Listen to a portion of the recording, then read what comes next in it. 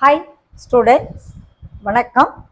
என்ன பார்க்க போகிறோம்? 7-6 பயிற்சி 6.5 ஐந்தாம் கணம் என்ன கொடுத்துருக்கோம்? 2 sin 2 theta √3 எனில் தீட்டாவின் மதிப்பு என்ன?